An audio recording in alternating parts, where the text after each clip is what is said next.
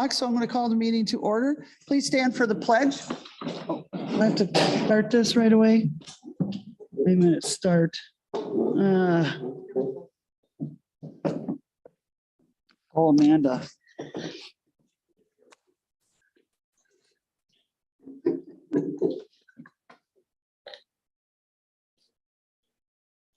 Technology. Hey. All right, I pledge allegiance to the flag of the United States of America and to the republic for which it stands, one nation, under God, indivisible, with liberty and justice for all. It's a new one. It's not one that I've used more than once, and I still don't like it. Okay, roll call, Mr. Oh my, Campion. Present.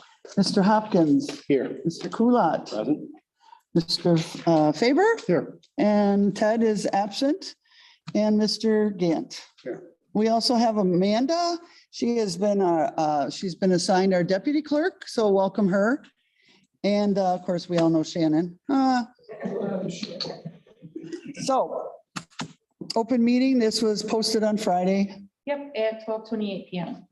And we're gonna move in this order, right, guys? Okay, number one, this is Committee of the Whole, presentation and discussion on the Village of Salem Lake Stormwater Management Plan update. And who is here? Mr. Okay, I know, it's been like a long time. Yeah, welcome. Good evening, everyone. I'm Len Recker, village engineer with R.A. Smith. Here tonight to just provide the committee of the whole here, the village board staff with an update on the stormwater management plan for the village of Salem Lakes. A little history, back in 2006, the former town of Salem was named to be a permittee under the state's stormwater permit. That kind of drove the necessity to do a comprehensive stormwater management plan for the entire town of Salem at that time. That document came to a conclusion, as well as a funding mechanism in late 2008, early 2009. So that was your last plan that was done and adopted by then the town board. 2009, a lot of things have happened since 2009. A lot of projects that were spawned out of that 2009 plan have been done and executed and paid for by your stormwater utility. And here we are today in 2022. So over the last year or so, the staff has worked with us to come up with an update to the original plan. We use a 10-year planning window and round numbers to kind of look at where we've been, where we're going. That plan in general takes into account how do we stay compliant with our permit? How do we take care of the day-to-day operations of the village? How do we program projects for the benefit of the next 10 years? And basically run the stormwater utility similar to how you run your sanitary sewer utility or your water utility and other government operations. And so tonight, really what I wanted to do was kind of give you an overview of this update. It does the same or similar goals to the last plan. We value and protect the water quality and the natural resource assets of the community. Real important. Salem Lakes has lakes in its title. So obviously lakes are central to this community. And so we want the plan to integrate control measures and things like that that keep our waterways, lake bodies clean to the extent we can. There's various permit requirements that the DNR puts forth in a 5-year permit cycle. Our permit actually expired in 2019 and the DNR, because of COVID and other things, has not reissued it yet. We expect that to be reissued probably in 2023. And in the meantime, we just continue on with the previous permit. So a permit aspect is in this plan, as well as we've outlined some drainage projects for the next 10 years that the staff and everyone feels would be reasonable to integrate in the plan and at some point hopefully fund and accomplish in the next 10 years. So that's kind of a little history and a very high level overview of what this plan is. The plan really, want to go up to the first figure, Brian? Next one, right there. As you can see, that's the entire area of the village of Salem Lakes. Back in 2000, the last plan, of course, we didn't have the village of Silver Lake at the time. So this new plan now incorporates everything except the village of Paddock Lake and also takes into account the growth areas that the village of Salem Lake has in Paddock Lake for future lands that will change hands between communities. So it's about 33 square miles of planning area. And that little purple line that kind of goes diagonal through there, the kind of the northeast portion of the village is the Des Plaines watershed. The whole southwest, the majority of the village is in the Fox River watershed. So those are two key planning areas. As we look at stormwater management controls for the two different watersheds, the Des Plaines watershed has always had a very restrictive type of release rate for stormwater. That was adopted back in 2009. We'll continue with that. And the Fox River watershed had some controls back in our 2009 plan where we kind of kept what we believe were reasonable controls on development. In this update, we're going to put a little bit more stringent controls or recommending on the Fox River watershed. What that does is it puts us in line with some other communities in the county, Village of Summers, the city of Kenosha, and some of the other regional municipalities that have adopted a little bit more restrictive. So basically, we're going to force development to hold a little more water back and release a little slower. As new development comes on the horizon for the next 10 years. That's a recommendation in the plan. I think it's a reasonable recommendation. It's in line with what other communities do. Will it cost developers a little bit more money because their pond's got to be a little bit bigger? Yes, it will. So there's a little bit of cost impact for development there. But we think it's the right thing to do to slow the water rate as it goes to the Fox River and the Fox River watershed. And it seems to be something that in our mind makes sense. So that's a recommendation in this plan. Why don't you go ahead, Brian, next page. Right there is a list of 7 drainage projects that have been identified for the planning window 2022 through 2031. And those are projects that have been on the village's radar. One of those, or a couple of those, were actually carryovers from the last plan that we didn't quite get accomplished. So they've rolled into this plan. And they really probably represent some of the more, what we would call significant drainage problems that need solutions in the village that are higher dollar values.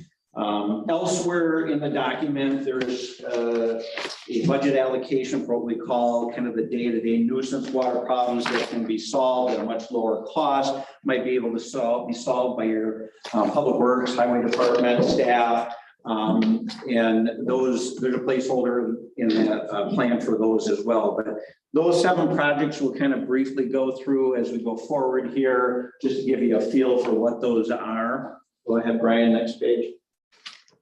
As we get into some of the other elements of the project, we've looked at water quality. How do we keep in compliant with reducing sediments as well as other pollutants of concern?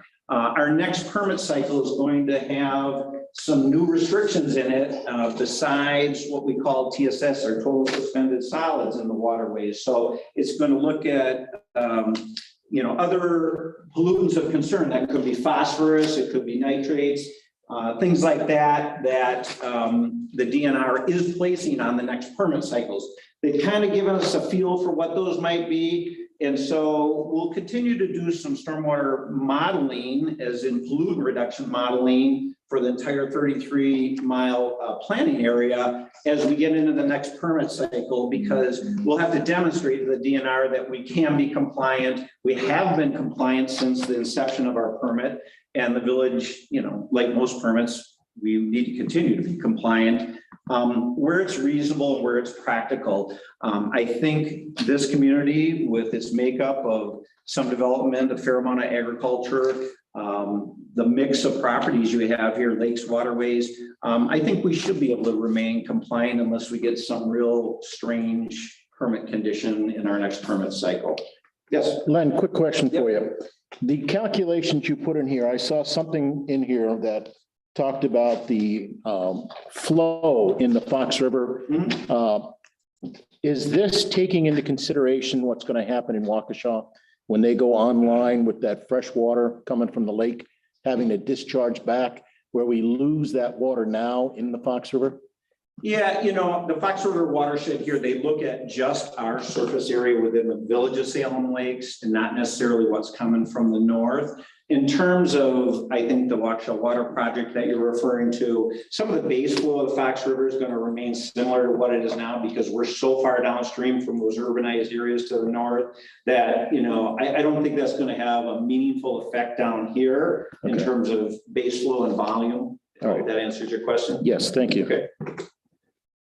So, just moving on with some of the other elements of the project, we also looked at water quantity back in 2008 when we modeled the entire town. We looked at the sub-watersheds that in the Des Plaines and in the Fox River. We looked at the volumetric rates for all the sub-watersheds. Those still pretty much stay the same, and as and when development comes to the village, we'll look at those sub-watersheds, we'll look at where the development is, and then they'll have controls on their development to make sure that it is not going to be a detriment to the village, to the downstream neighbors, what have you.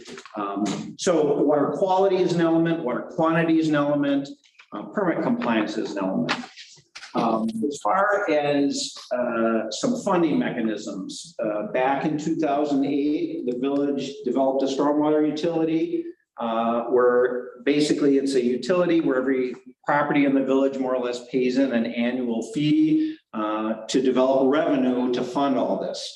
And since 2008, I think the village has adjusted their rate once, if I remember, from $60 to $80 annually.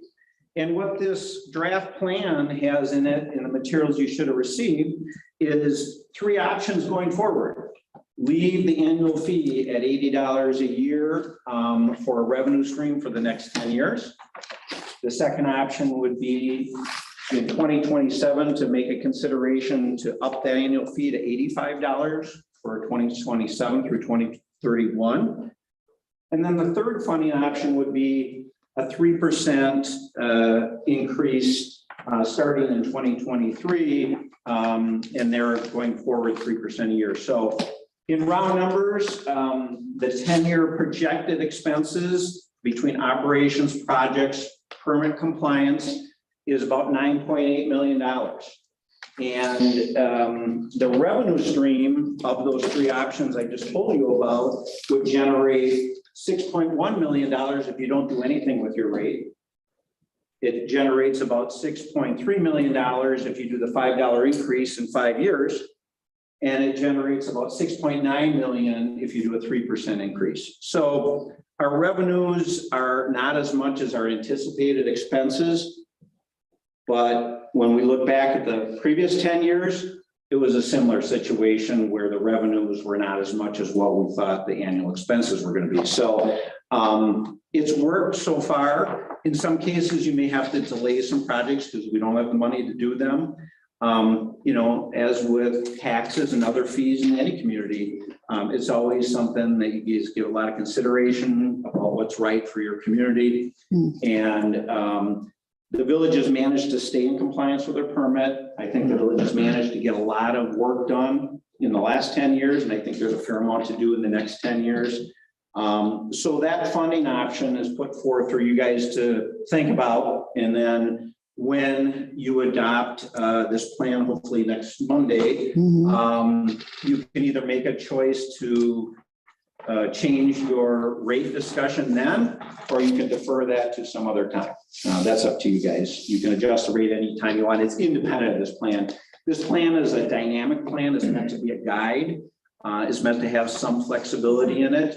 Of the 7 projects that are in here, we didn't designate this one gets done this year, this one gets done that year. That's usually something that the staff has done a good job each fall when you go into your budget to kind of look ahead, what's on the horizon for the following year, what's the right level of funding for projects that should be integrated in the next annual budget.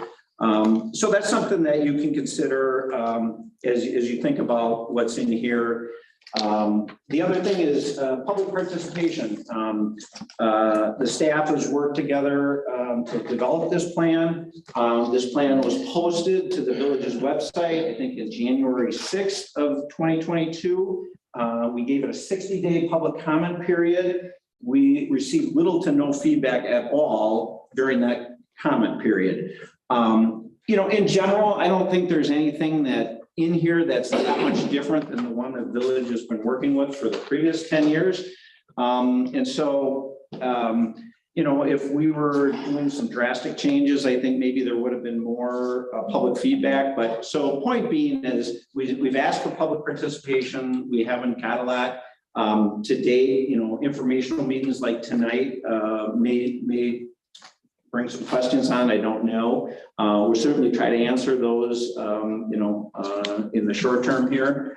But beyond that, I think we can maybe just do a little review of the projects if you'd like. So Brian, if you can click ahead to, I think it's 4 points. It's an overall project map, figure 401. So keep going ahead.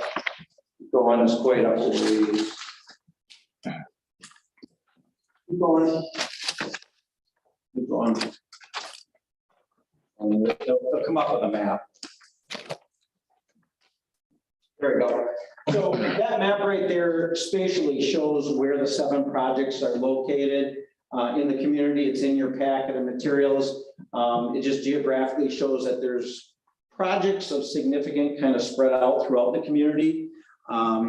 Next slide is the first project, if you would, go to the next one, please. So this one here is 127th Street. This particular project is actually bid as part of your comprehensive road and drainage projects earlier this year. So this one's scheduled for construction this year. This one is down near Cross Lake to alleviate a drainage problem on 127th Street. So that's one of the projects that's listed there. Next slide, please. This one here at 122nd Street, Lake Chamberlain, south end of that residential neighborhood there, always had some historical drainage problems. So there's a drainage improvement project scheduled there. What year that'll be done, we don't know at this point, but it's identified. It's been a cost estimate prepared for it. Next slide, please. This is an area near Camp Lake, the Camp Lake Channel. Again, a little nuisance, you know, drainage area of the village where a solution with some piping and ditching has been developed to identify a solution there. Next slide, please. This one here is the Shoreview subdivision, probably the largest project that's in this plan. Large, fairly expensive project. And this is meant to be kind of a flood bypass solution. There is a large tributary area to the northeast of Shoreview that's on the order of, I think it's 16 square miles that drains through here. And since this older subdivision is right on the east shores of Camp Lake, is kind of at the low point of the watershed. So when you have 16 miles wanting to get to the lake and it goes through an old neighborhood that was probably platted in the 30s, there was little or no thought for drainage in 1930. So a lot of problems in this neighborhood over the years with flooding, you know, roadways, Brad's lift station inundated years ago, what have you. And so one of the solutions here is to kind of split the flow before it gets to the subdivision and allow some of that to get into an underground system that gets it toward the lake just during the high water events, the ones that really cause the flooding issues through the neighborhood, shave those peaks off there. So you're sending some of it through the natural channel it always went through and kind of a high water overflow that would get it and prevent some of the flooding. So this is probably the most expensive project that's in the project plan. Next slide, please. 264th Avenue. This is one that, again, there's quite a large drainage area to the east of 264th, just south of Highway AH, or SA, sorry. And Again, problems in the residential neighborhood to the west because water wants to go that way. We've looked at some solutions to divert some of that water down to the Jason's Pond. That's a storage area. Then it goes through another system that was constructed about 4 years ago. So now water can be better managed this way and alleviate some problems in the neighborhood to the west of 264th Avenue. Next slide, please. This is a concept pond for some agricultural lands to the west of Hooker Lake, to the west of Highway 83. With the whole point being is that right now, when these farm fields are tilled, there's often a bunch of sediment that can run off those farm fields into Hooker Lake. Some of it comes down to some inlets along the west side of Highway 83 and eventually gets right to Hooker Lake. So this is a pond that could be built that could help manage some of those sediments, keep them in a pond so they don't get to the lake, where they could be properly managed and settled out. Something like this, we kind of look at concept at this point because if and when this farm field would develop into a subdivision or some other type of use, well, then a pond's going to get built either way, but it could stay agricultural for a long time. So again, it's one of those projects as time goes on that the board, the staff should decide, is this reasonable? We thought it was good reason to put it in here for one of those Hooker Lake protection ideas. Don't we already have that one next to Hartnell? There is one up there. That's right. The DOT's one, not nearly as effective as something like this would be, but this is another sub watershed that's further up. Next slide, please. And I think the final one that we've identified in the plan is within the whole village of Silver Lake, a low point that basically can flood during wet weather periods, wet weather years. And this is a simplistic storm sewer that would get it to the Fox River rather than to Silver Lake. In general, the normal water levels of the Fox River during non-flooding times is about 5 to 6 feet lower than Silver Lake to the east of here. So this is more of a natural outlet to get out that way. That intersection on the right side of the diagram there is only about a foot to 6 inches above Silver Lake during some of its high water periods. So when Silver Lake really gets high, you can see water starting to pond at this intersection. So again, this is an idea, it's a concept, it's in the plan. Last year was a really dry year. We didn't have a lot of issues. Knock on wood. And maybe this year and maybe next year will be dry. I don't know, but it also could be very wet. Then I got a question for you, because I thought we looked at this right after the 2017 flood. And that what prevents the Fox River when that goes up from channeling backwards into that low area here at 2nd and North Water? That's a good question. Some of the floodplain high water conditions in the Fox are slightly lower than they would be in Silver Lake. So either way, there's a better option to the west than the east. If you had a 500-year flood on the Fox River, like we've had probably, 10 years ago, it may back up into there. But at that point, there's a lot of areas, the whole community that are really wet. Okay, so now you just opened a question, an additional question. In the plan here, you talk about a 25, you talk about 100-year, and you just mentioned the 500-year floods. Right. Okay, 2017 was a 500-year flood. So where do they start? How do you come up with that term 2,500, 500-year floods? It's really a statistical frequency thing for rainfall in any given region. And so our regional planning office, SURPAC, does basically these rainfall frequency curves that us engineers like to use. We look at 1 year, 2 year, 5 year, 10 year, 25, 50 or 100-year storm events. And it's really just the probability of large rain events of certain amount of rain and duration of rain that we look at to classify it into one of those bins. And everyone says, well, geez, it seems like we have a 100-year flood every 2 years. Yeah. And, the reality is we've had some really wet years in the last decade. And then last year, of course, we didn't have hardly any. And so it's a statistic that we use as engineers to size drainage features and do planning. So The 100-year flood event is the FEMA kind of base floodplain that everybody uses as a planning tool. When we look at designing interstate highways, we design the culverts under them so they don't overtop anything, less than 100 years, And so when we look at local streets, we might use a 5-year event or a 10-year event for stormwater conveyance for some of our drainage features. So it's really a statistic that we look at in terms of the amount of rain over what duration. Okay, thank you.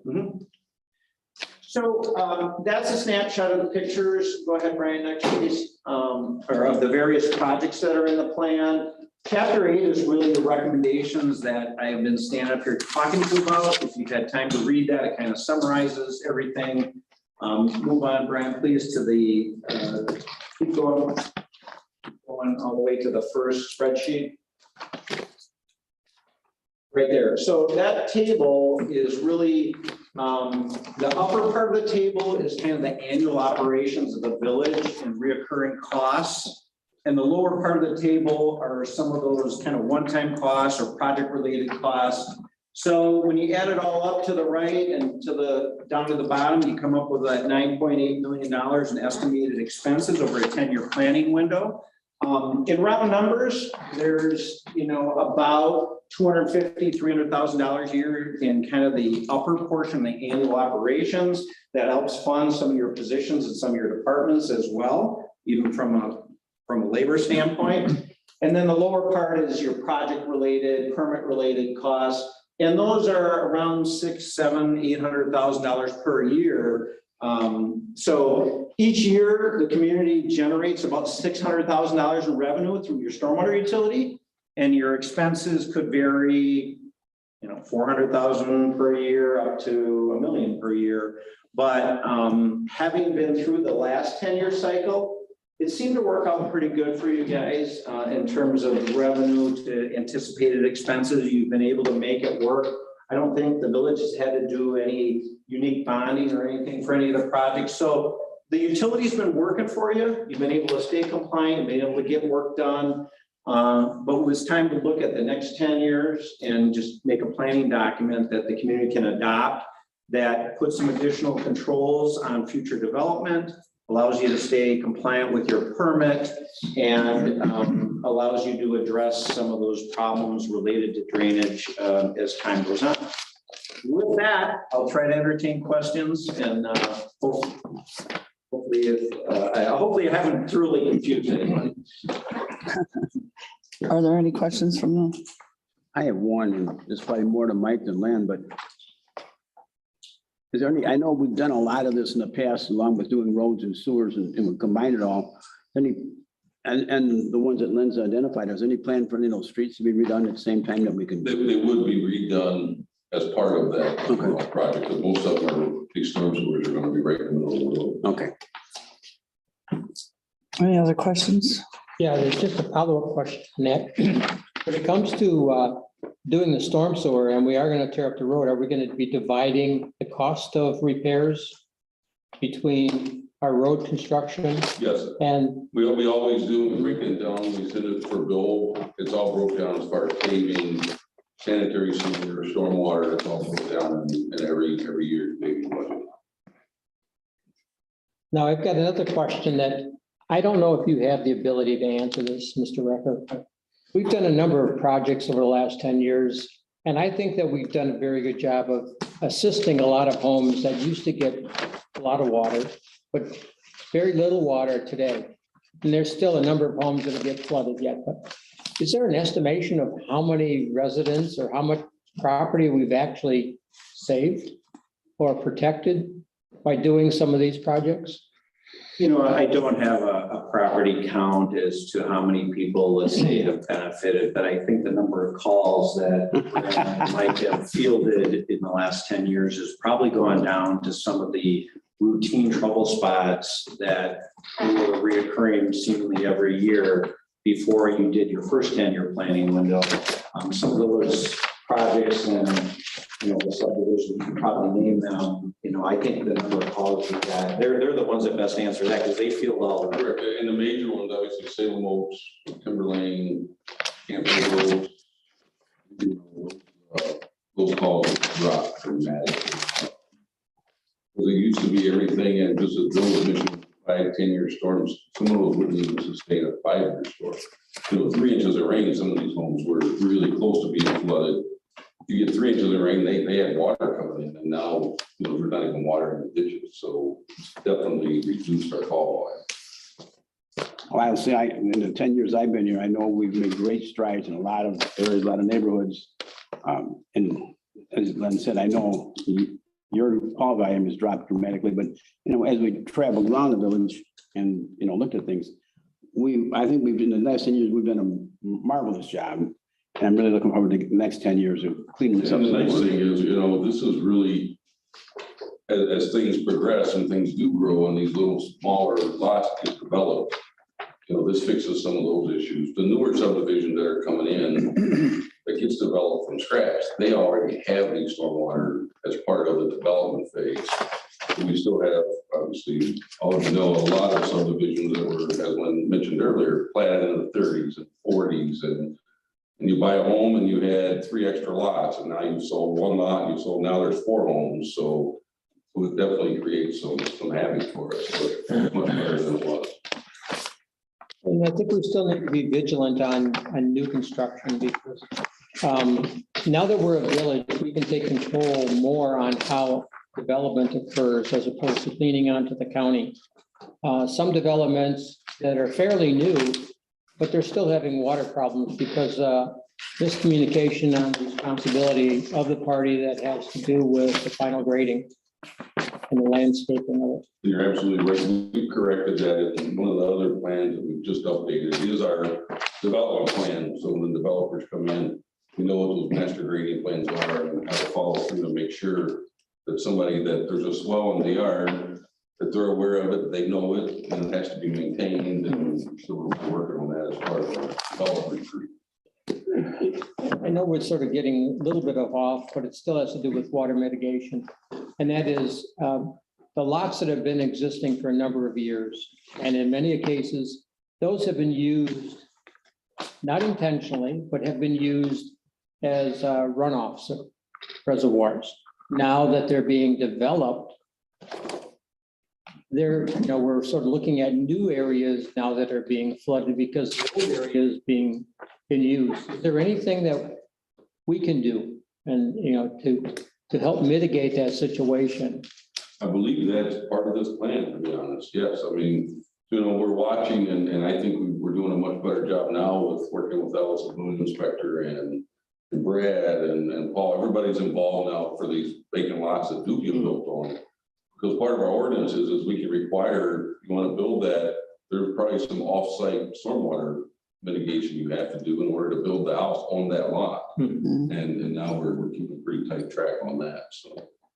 And I think there's actually a funding element in this plan as well that would allow the village to consider, if it felt it was reasonable, some of those natural preservation areas for acquisition, if you really felt that it was important to the community to leave that in some natural state, what have you. And, Mike's right, is that some lots that were platted years ago were vested with rights to develop. And the community, in some cases, very little options if somebody comes in with a building permit, you have to let them build, but you can also apply reasonable conditions of that building permit in terms of making sure that the drainage from that developed lot isn't detrimental to others.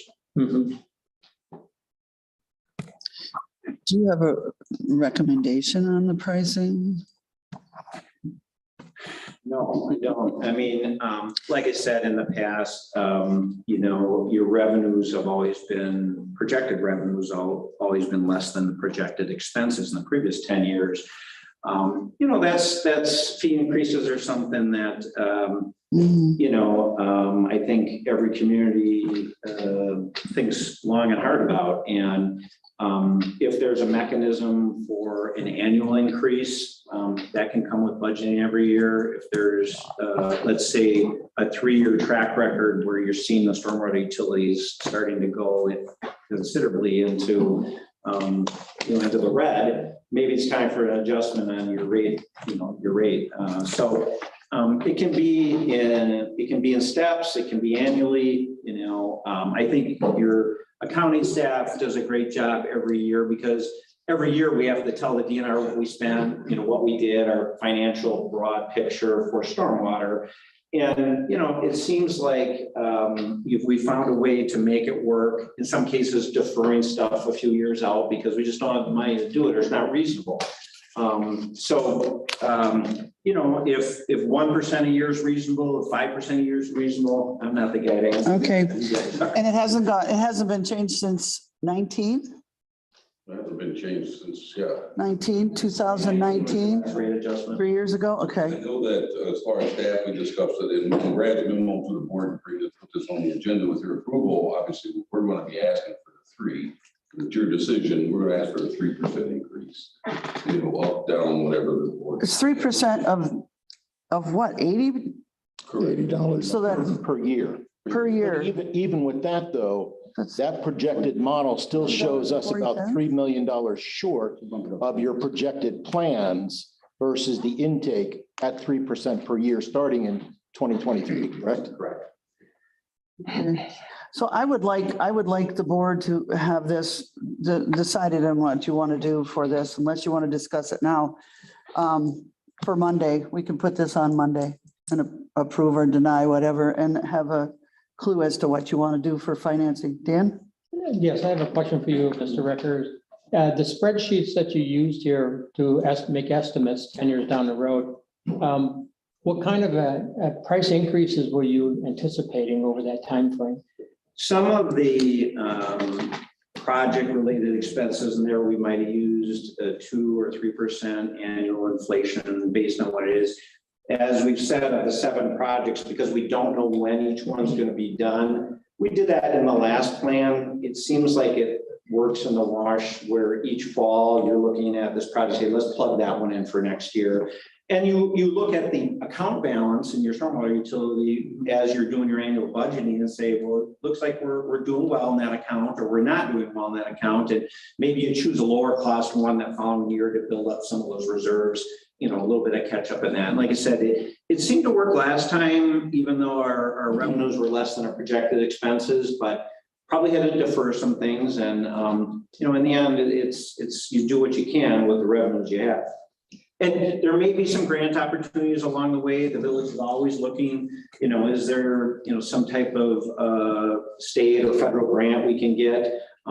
Supposedly the federal government's handing out a lot of money recent here. So we're looking to see, is there an opportunity to bring some of that to an element of the village of Salem Lakes that could augment this, Okay. Well, one of the things that you mentioned earlier is that this document is really a dynamic document. Yeah. And what you just described is what we have been doing from the previous our project schedule. So we have looked at it and how much funds we do have the stormwater during our budget process and what we can go forward with, and what we do for rolling it into road improvement at the same time. So we share some different, and maybe even through our sanitary sewer systems. So we try to bundle a lot of that as best as possible.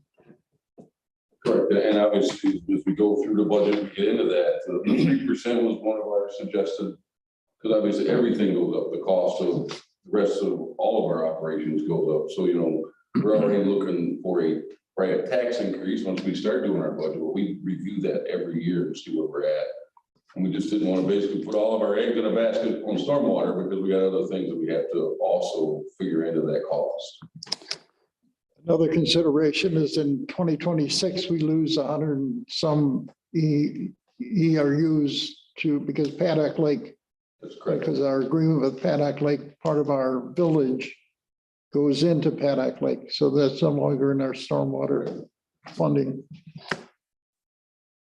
Any other questions? No? All right. Thank you. It's so good to see you, Len. Yeah, likewise. It's been a while. Glad to be in person. Yes, I know you've been working behind the scenes, but it was good to see you. All right, thank you. Anybody? That's our, just so you're aware, Ted is zooming Oh, okay. in. He'll be up in just, he's probably on there now. I think. Guys, I caught most of that. I'm coming off of back surgery, so I didn't make it in there today, but I did catch most of that presentation. Okay, thanks. Okay, well, then we'll move along to number 2. Recreation Center feasibility study presentation by Jeff King. You'll also be be attending via Zoom. We discussed several times, obviously, there's the cost associated with him traveling in and most of the stuff that he wanted to tell us. Obviously, every review that we've been in contact throughout the whole process. So, well, they're gonna come in via Zoom and give you an explanation on the feasibility study, where it stands. Perfect.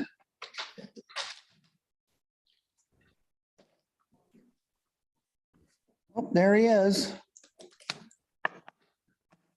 Good evening, folks. Hi, Jeff. How are you? I'm doing well, thanks. And I appreciate the opportunity to meet with you, even though it's virtually, but at least I have the benefit of having met all of you and had a chance to talk to you. So looking forward to giving you a short presentation and update and some of the discussions that I've had with Michael in recent weeks.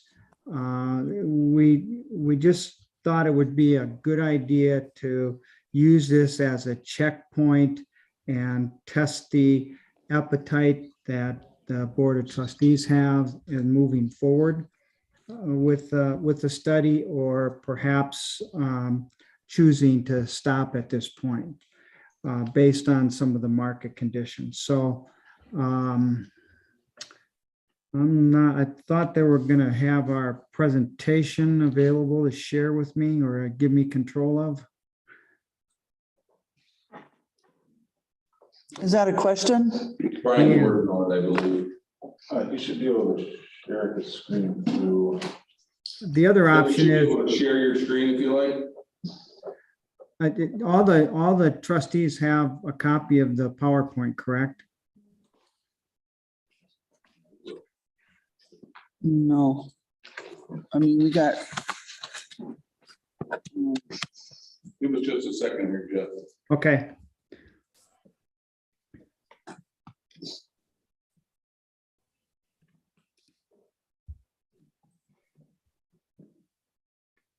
Are you sending it, Mike? Yeah.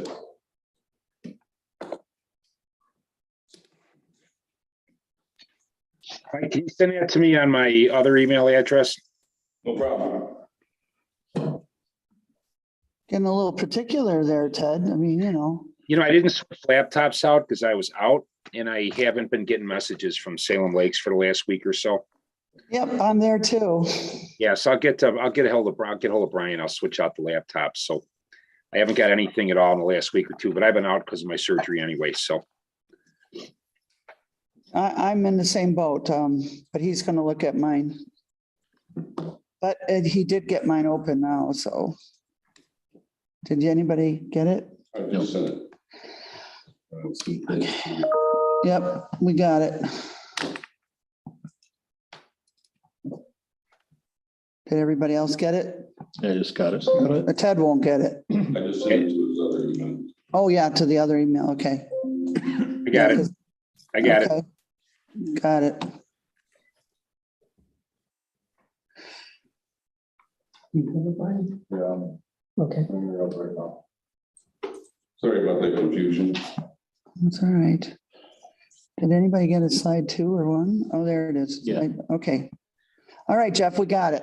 All right, so I'm going to go ahead and fire through this. It won't take long, I promise. All right. But the first slide that we had is a map of the service area, and it shows the village of Salem Lakes, obviously, is a primary service area, and in our discussions, we created the secondary service area. The population of that secondary service area is about 96,000 people. And generally speaking, as we looked at the service area, most of the alternative service providers kind of sit to the north and the northeast of the village, and not so much as you head south and especially southwest. So that's a starting point. So then we extracted all the demographic information from that service area. And if you look at slide 2, you'll see a depiction of the median age shown on the bar graph. And you can see the bars are a bit higher than the yellow bar, and that's the national level, and that's 38.8 years. Primary service is 41.2, 40.9 in the secondary service area. Excuse me, Jeff, maybe you want to send it to Brian and he can put it up or no? I'm trying to right now. Okay. Sorry, Jeff. I'm sorry. Go ahead. That's all right. One other bit of information I wanted to share. I didn't put a slide together for this, but about 37.6% of your households are households with children. And that's a bit higher than we see on the national level, which is 33.4. So one of the other aspects of the market demographics that we focus on is median household income, and that's on slide 3. Again, the primary is depicted with the blue, secondary is the orange color, Wisconsin is the green color. I should have made the Wisconsin the red color. It's my bad. But national was in the yellow. But you see, it's a bit higher than what we see on a national level, which that's a positive. As this next slide is, when you look at household income distribution, you could see that essentially the first bar is for the primary service area. Yeah, it's on slide 4. That's for household income distribution. And you see that 72% of households have income of over 50,000, and that compares nationally to a level of 61.6, which is the bar on the furthest to the right. And the secondary service area is 73.1%. So again, it shows us a higher percentage of population that has income of over 50,000 a year. When you look at the flip side, that blue bar on the bottom, 12.1% of households have income of less than 25,000, while the national level is 18. And you can see that for the secondary service area, that's 10.3%. So it's even lower. So obviously it indicates that people have, it would appear to have the ability for discretionary spending, which is what Park and Recreation is all about. But we recognize that you can't just look at the, there it is. Can't look strictly at the income. We also need to factor in household budget expenditures. And in the next slide, you see that we started to take a look at what we refer to as the SPI, which is a spending potential index for household budget. And we see that's 97 in the primary service area, 107 in the secondary, and the state of Wisconsin's 89. That gold bar, that's the level for the US, that's the benchmark for the United States. So anything above that benchmark of 100 would indicate the household expenditures are higher. Certainly on the other end of it, when it's lower, would indicate lower expenses too. So the positive is that the household budget expense is about the level of national, but the income is higher. So that's a positive ratio to have. The next slide, we're going to switch here a little bit and start taking a look at the age group distribution. And this is just a snapshot of the village today. And what we're seeing is that in the under 5, the 18 to 24 and the 25 to 44, the percentage of population in those age categories is less than we'd see on a national level. And conversely, if you look at on the other end of the spectrum, you look at the 45 to 54, 55 to 64, 65 to 74 are all higher than what we see on a national level. Right, again, as a snapshot. And this is for the primary service area. I might add that the secondary service area is very similar to this, and you'll see that when we actually send out a report. So in addition to taking a look at the snapshot of where we are today, we want to take a look at the future. So the next slide talks a little bit about the growth or decrease. And what we're seeing is actually some of the younger age groups, the 6 to 17, kind of the 18 to 24 is about normal. Actually, that's kind of going down, if you will, in terms of percentage, because the way this table is set up, the blue is 2010, the red is 2020, and the green is 2025. So again, you're seeing some decreasing populations in some of the younger age groups. And conversely, look what's going on at the upper end of it, the 55 and higher age categories, you see pretty significant growth. I might add that when you're looking at that 55 to 64, the growth over this period of time, 2010 to 2025, is 25 or 21% higher than what we're seeing on a national level.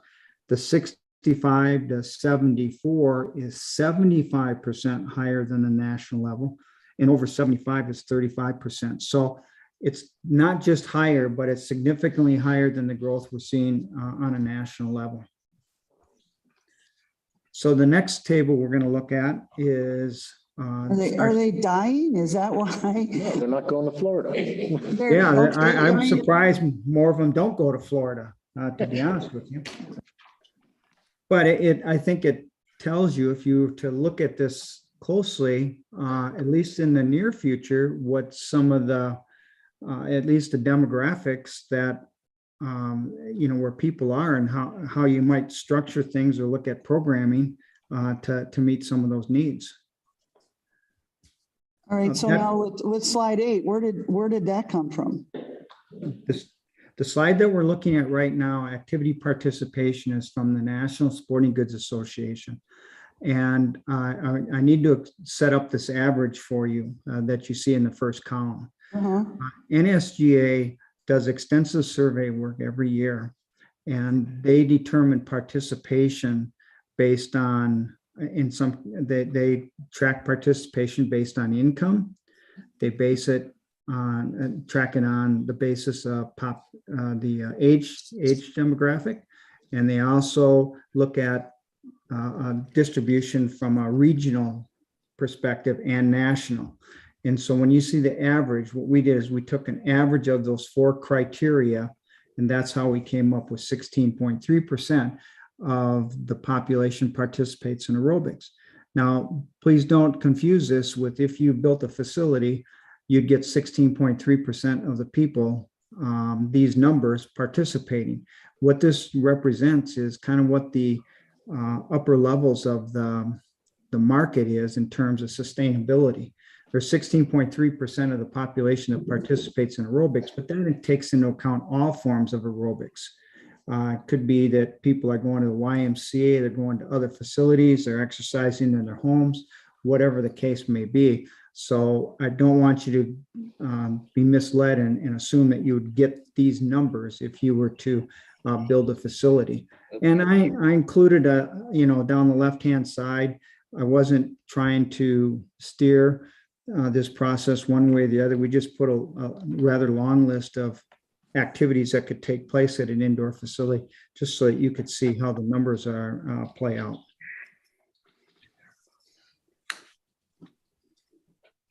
Okay. So as you again look at that list, that you look at the impact of fitness, exercise walking, exercise with equipment, aerobics. You've got weightlifting that is high, running, jogging. So it's, for those of us that are in the industry, it's amazing that fitness just keeps chugging along and has the greatest participation. Bill has a question for you, Yeah, Jeff. Jeff, I got a question for you. Yes, sir. So you mentioned an indoor facility, but why would we have tackle football up here if it's an indoor facility? Okay. And then One of- conversely, we're in the North region, so hockey is a big sport up here, but it's not on the list. We could add hockey. That's about 1.4% of the population. And I apologize for that oversight. As far as football, why we did this, one of the emerging trends that we're seeing as a consulting firm, and maybe Jeff can confirm this, but we're seeing a lot of multi-sport indoor facilities that are going up around the country. And they are playing indoor football. They're playing indoor volleyball. They're playing indoor soccer. But there's kind of an emergence of that type of facility. That's why I included it. Slide 9, same. Slide 9 kind of is a activity ranking of the top kind of in order.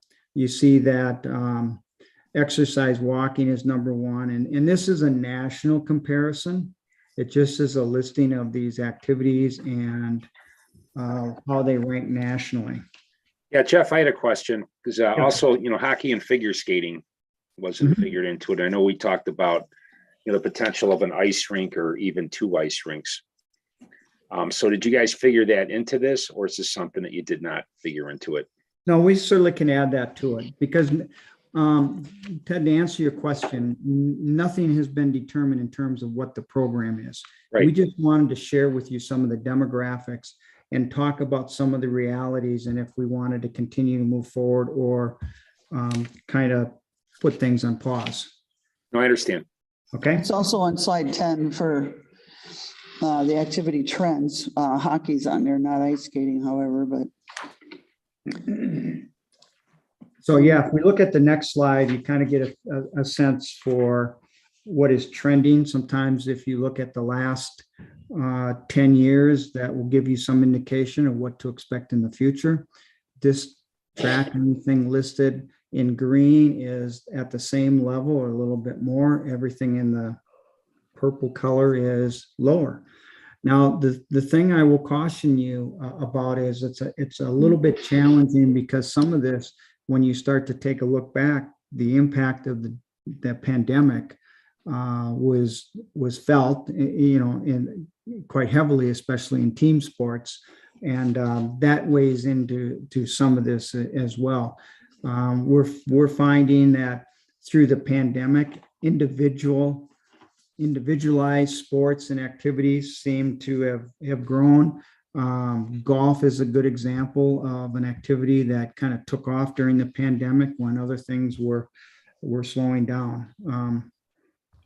So it gives you an indication of what's going on. So with that, some of the discussions on the next slide, some of the discussions that I had with Michael over the course of the last few weeks is, and again, there's no right or wrong answer. These aren't intended to be disrespectful in any fashion, but it's a relatively small population base to rely on for a community center, especially given that when we met with the trustees and the list that the trustees shared with us, as Ted mentioned, 2 ice rinks, we heard swimming pools, we heard big dollar numbers in terms of the cost to our understanding of the cost to build some of those types of facilities.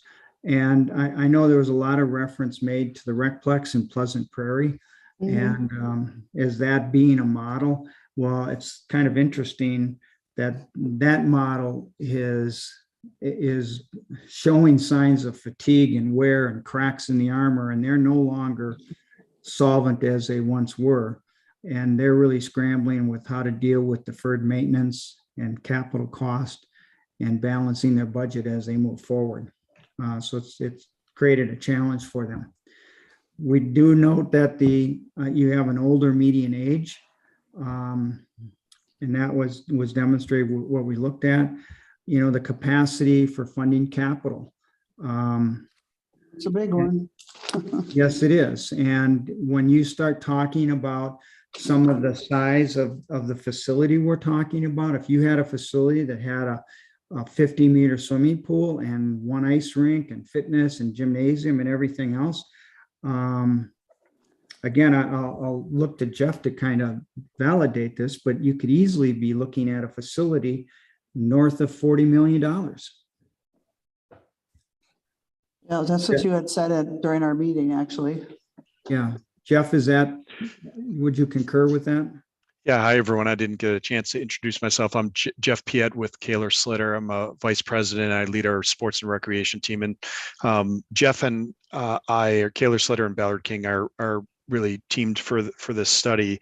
And we would be bringing the programming and concept design portions to this project. And so just to give you some context, if years ago, if you did what would we call a full service YMCA, let's say it might be in the 50,000 square foot or 60,000 square foot range, and it might be somewhere in the $15 million range. That same facility is now, in the $25 million range or so. So a lot of those facilities have just grown over time. I do think that there's great potential to customize a community center and a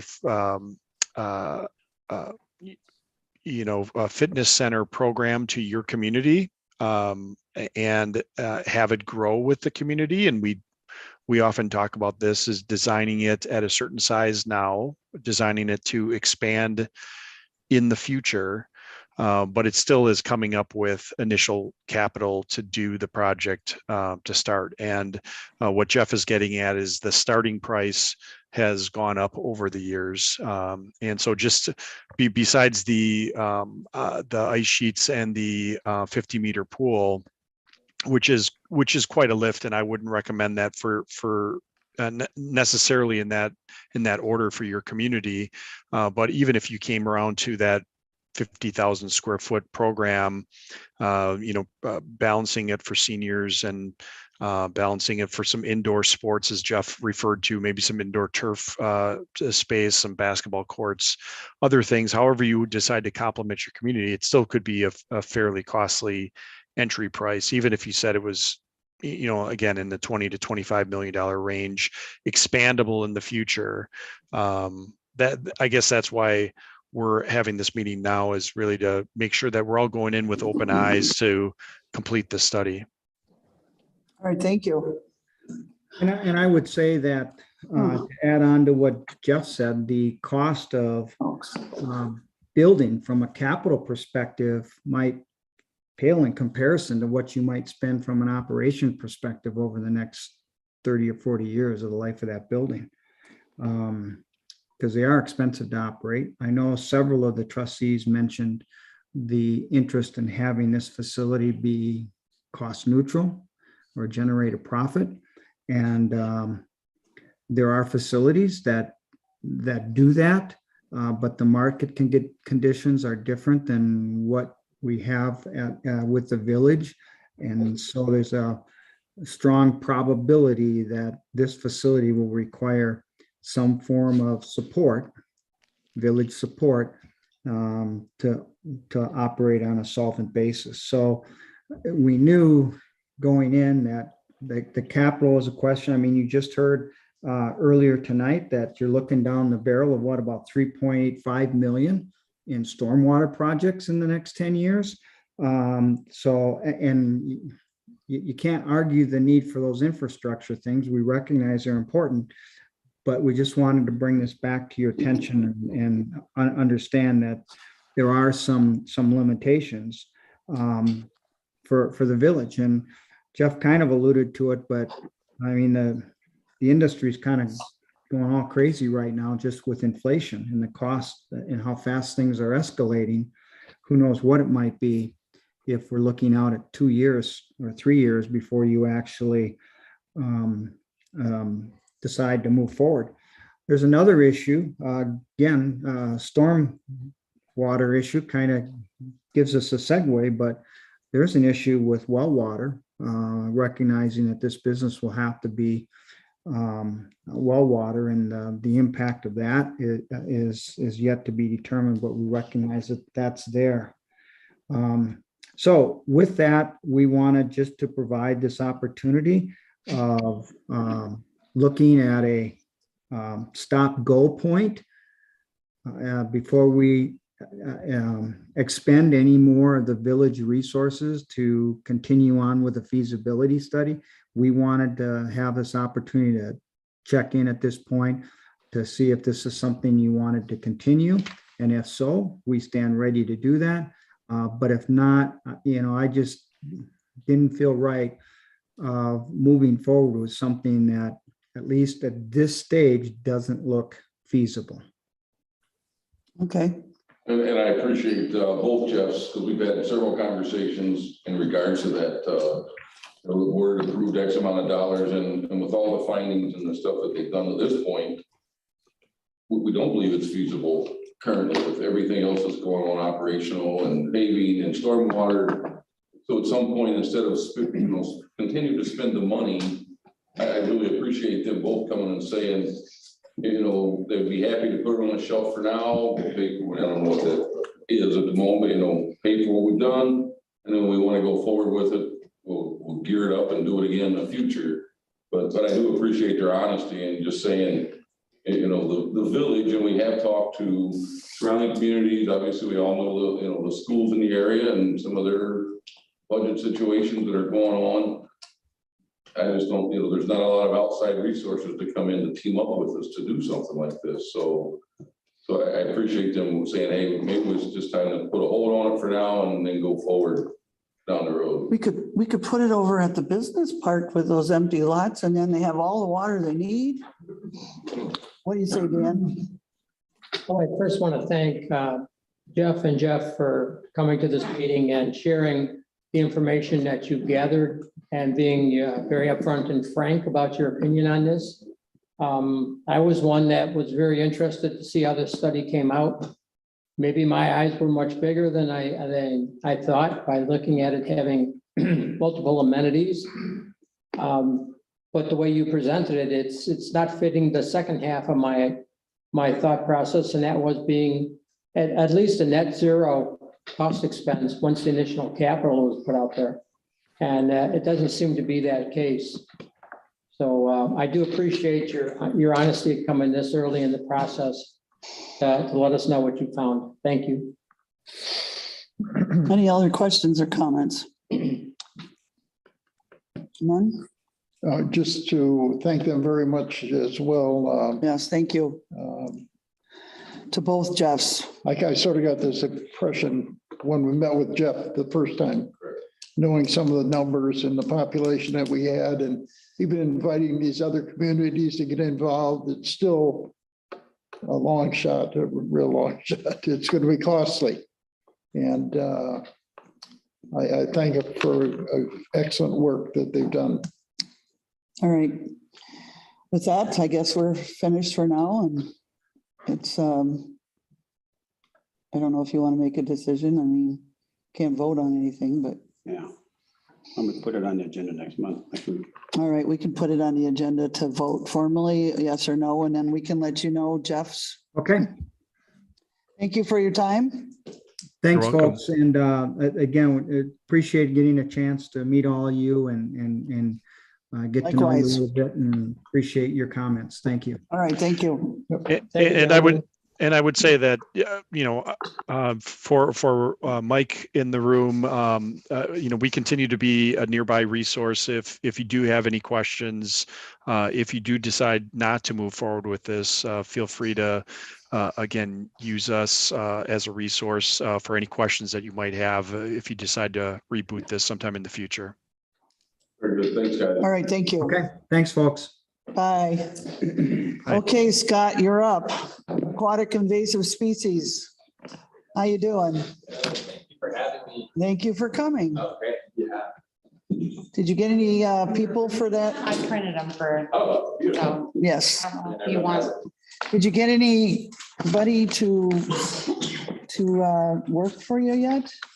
I have another interview this week. Okay, good. I've been trying at the high school. They didn't like the weekend part. I'm like, you're kids for crying out. That's right. It's understandable. And all parks, I was talking to Milwaukee County Parks, they're having issues with seasonal staff. It's just, no one wants to do these types of jobs. Unreal, but To be outside all summer, I mean, come on. yeah, and check boats. Water and boats. I thought of it, but the weekend thing wouldn't work for me either, but well, welcome anyway. Yes, thank you for having me. I'm Scott McComb. I'm with Wisconsin Sea Grant.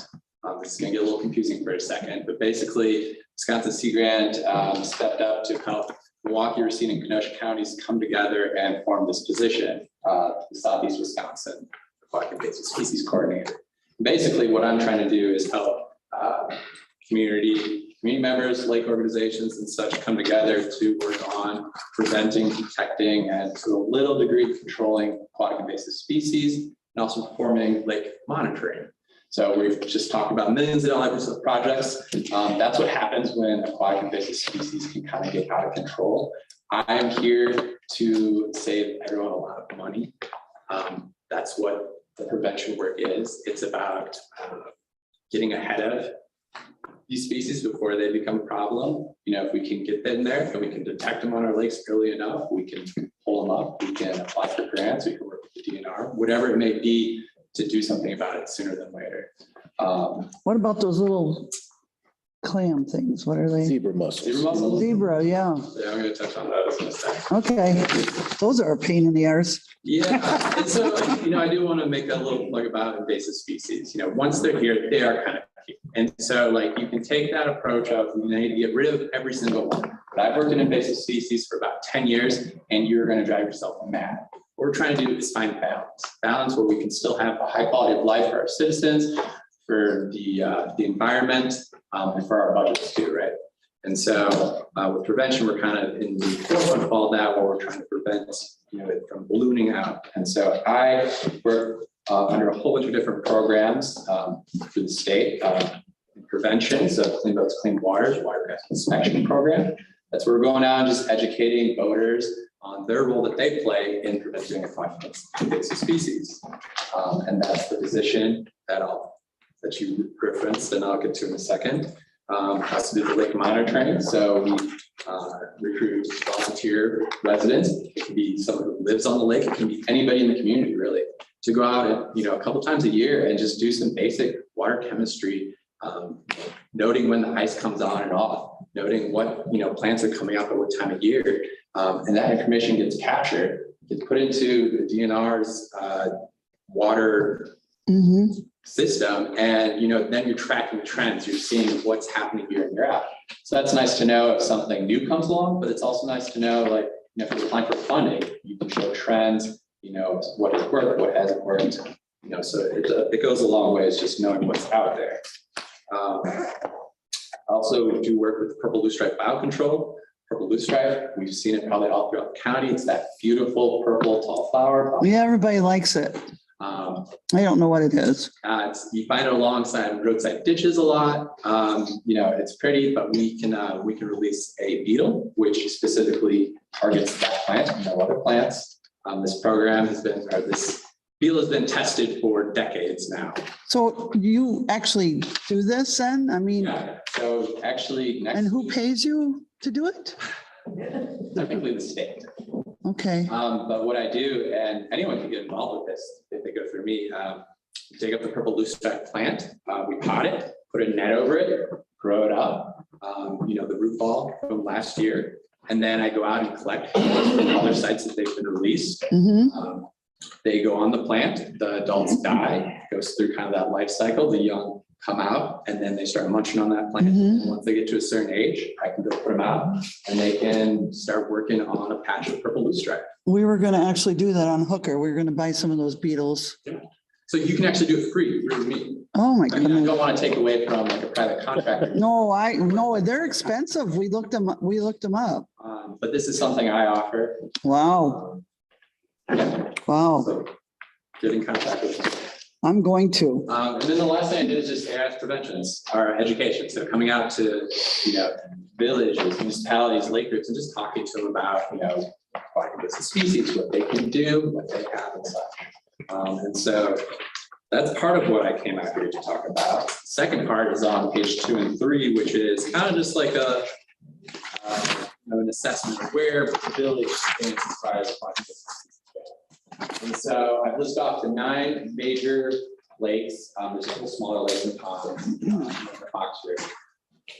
And what you're seeing is these are 1, 2, 3, invasive species, the main ones that are in the village. And so we've had curly pondweed and Eurasian water milfoil, but pretty much on every single one of our lakes. They've been around for decades. A lot of the lakes I know treat them, some don't, they're here.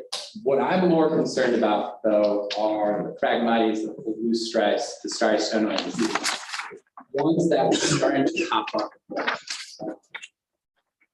I do want to say the Phragmites and purple blue stripe is probably underrepresented there. I'm a year into my position, and so part of my position is getting to know what's out there and seeing what's out there and making sure the records are up to date. And I've noticed that there's actually a lot more purple blue stripe and Phragmites on these lakes that have yet to be documented. Scott, on your table here, you've got red and black X's. Yes. What's the significance? Okay, so that red is ones that I have either recently discovered myself or someone else has. So they're recent in the last year or two. But like I said, some of these, I know I saw purple blue stripe on, was it Bennett Lake this last year? And that hasn't been documented yet. So that's one that I know is there that I need to document so that it's in those tables. You don't have that the any DNR zebras? uses. You don't have zebras? Pardon? You don't have any zebra mussels? We've just recently got them. Yeah, so that's, We do so have- that's where we bring in like that lake monitoring network, this CLMN. We're getting people out and confirming this, if there is a suspect, if you do think zebra mussel is out of the lake, we can send either myself or a volunteer out there and we can check it out and make sure it's documented. Because once it's documented and it's in the DNR's know-how, then, resources can be around them. I don't see the crayfish or the Phragmites, but Yeah, so you're not going to find the crayfish probably in the lakes. That's more of a riverine species. used to though, long time ago, we used to have crayfish. Yeah, you might see them in like smaller ponds. They're all over Walton County. The biggest new one is starry stone. And so that's really what I want to spend the rest of the time kind of touching on. Unless there's any other questions about it. No, we got it cut off here, but that's okay too. It's on it's digitally. If you go to the next. I just have a question. There's a lake missing, Oh, what lake am I missing? Cross Lake. Cross Lake. Okay, so maybe you can help me out understand that one. I know a lot of the, well, minus Wolf's Lake, the rest of the lakes have public access, including the Fox River.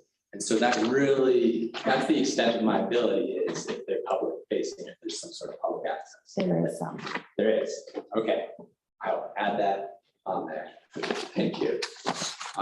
So this slide kind of just covers what programs have happened in the past of the ones I've talked about before. So CBCW is the water grant inspection, this the element is the monitoring for police drive. So this is the records of what I have. Okay. I have my recommendations of what I would recommend. And these are some of the things that I'm actually going to specific lake groups to talk about. Okay. So that they can get on board with it. There are a couple AIS signages that we can put out that I know the village owns. They own the lake ramp, so that's something that I'm going to have a conversation with Sure. staff about. Slide. No. Okay, let's move on. Sorry, Stonewall. So this was detected recently on Camp Lake. It is not new to Southeast Wisconsin, unfortunately. It's been around since about 2014. It's in Racine County, it's in Waukesha County, it's in Walworth County. This is starting to be a little bit of a hot spot. And so the best thing we can do with starry stonewort is prevention. Keep it in Camp Lake. We discovered it this year. I'm not sure. Dennis, we're going to have conversations about what Camp Lake wants to do about it. But as far as like the village goes, we're trying to keep it right there. And the best thing we can do is that prevention, the watercraft inspection, letting boaters know that it's out there, what it looks like. And all you have to do is when the boat goes out of the water, inspect it, remove all the plants, mud, whatever on it, drain your water and dispose of any bait in the trash. And that right there, that's gonna prevent most of aquatic invasive species from moving around. So starry stonewort, it's an algae. It looks kind of like a grass. What is a distinguishing feature is the bulb, the star-shaped bulb. How it spreads is fragmentation. So when a boat goes through it, you know, the propeller chops up that plant, it's spreading it around, and then, like I said, it can just, you know, gets on your equipment, the boat, the trailer, whatever, and then you take it out of the water, it's still there, and then you go to the next lake, you just took it with you. And so that's what we're trying to prevent. Yeah. I was just going to say that's probably, it's the location of it on Camp Lake is out from the DNR boat landing. Yes. That's where it's at. It likes to hang out just outside of boat landing. And that's how it got there. Somebody brought it in on their boat. Exactly. Oh, wow. So I think there's one more slide. And so, yeah, there's a little map of some of the area ones, area lakes that have it. Like I said, the best thing we can do is prevention and monitor it. So me and the DNR, the whole regional DNR folks are going to be out this summer monitoring the different lakes. We're going to be throwing rakes in there, you know, doing what we can to see if it's there, if it's spreading. Control, you can pull it up, but if you're pulling it up, you kind of risk that fragmentation. So it does kind of work, but it's not the best. There's also herbicide treatments, but recent research has showed that it's not necessarily the best way to control it either. You know, you might get, there was recent research that showed a reduction of about 30 to 44% in like the biomass of the plant. But Just you're talking about just the stonewort. the stonewort, yeah, Okay. the stonewort. But what they're seeing is that actually stimulates growth of the bulbil, which is one of its reproductive systems. So, you know, you're going to treat the lake, you know, and you think you're going to, you know, be hitting it, but actually you're stimulating the growth. But because it's happened in other lakes across the state, we can kind of learn a little bit from them. So, like Pike Lake. They haven't done any treatment. They saw an initial surge of the plant, which is kind of does after a couple, like 3-4 years, you're going to see this kind of surge in the plant. And then it kind of started to die back. And so, you know, sometimes wait and see approach might be the best approach. I know we want to go out there and we want to get rid of it, tear it up, nuke it with all our chemicals, but sometimes just taking a step back and letting it kind of get into the natural ebb and flow of our ecology of our aquatic systems might be the best option. This is, like I said, this is a newer plant. Like we're still learning about it. Okay. Continuing to run tests on what kind of herbicide treatments could work. Doesn't matter, you know, what time of season it, you know, too. There's work being done there. Interesting. Yeah, and so at the end of last summer, when I found out that Camp Lake had the starry stonewort, I poured in for a DNR grant. So I did get funded for a DNR grant to staff that with a clean boat, clean water inspector at the DNR launch. Looking to hire somebody. That's what we we're kind of talking about earlier. No success so far, but cross my fingers. If that doesn't work out, I do plan on dropping by, you know, maybe 2 or 3 times during the summer. But the Clean Boat, Clean Water inspection is also a volunteer program. So if someone would like to come out and learn about Clean Boat, Clean Water inspections, listening and training in 2 weeks here, you get to learn about some local aquatic invasive species, learn how to identify them, learn how to do the boat inspections, and you know, you can come out, you know, 2 hours, even 2 hours at a boat landing in the beginning of the day or the afternoon, like where you're talking to 5, you know, neighbors, you know, visitors, whatever, and telling them what's going on. It has a really big impact. You know, I really think that's the best way we can treat this is just word of mouth, letting people know how they can be a part of the solution to it. You know, it's not necessarily spending a whole bunch of money on herbicides necessarily. Can we put that on our website for the 14th? Try to get some people here. I mean, it's a great thing. I'm trying. We could put it out to all the lake districts. Yeah. Absolutely. I was going to ask, did you get a hold of the people from Silver Lake? No. Okay, and we just got a text an email from them that they're having their annual meeting May 28th. Okay. And I'll Anybody? get you that Questions? information because they've already done this. They have applied for a grant a couple of years ago. And they had people or volunteers at the landing on Silver Lake. Cool. So my last little bit is, these events might happen, or collective invasive species might happen on like a camp lake, but these lakes all fall within a watershed, within a municipality, within the state. This is all of our problem, not just camp lake's problem, because if that gets out, Right. where's this at? I agree. But anyways, if you have any questions about that, applying for funding, coming out and talking to anybody, my contact information is there. Cool. Thank you. Thank you. Thank you so much. Thank you. I like your energy. We need that for the lakes, that's for sure. I noticed that in 2010 to 2019, there was an increase in kayaking by 90.9%. Could we work kayak streams into our stormwater? Offset some of that. All right. We're just gonna adjourn. We just adjourned. All right, we're gonna adjourn. Turn a negative. Thank you for attending. I gotta stop this.